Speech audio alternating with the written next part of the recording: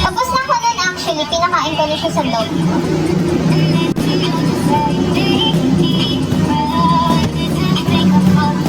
Wala na akong sa busy na ako sa school. Tapos gusto ko na lang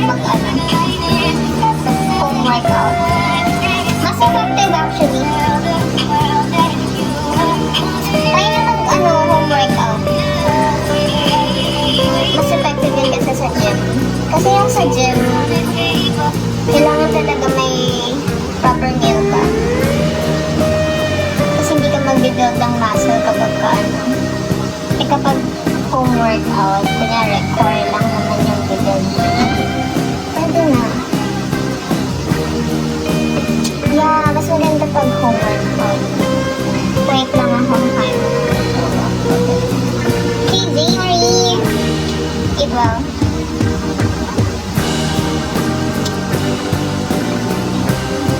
Hala, na-inggit na ako.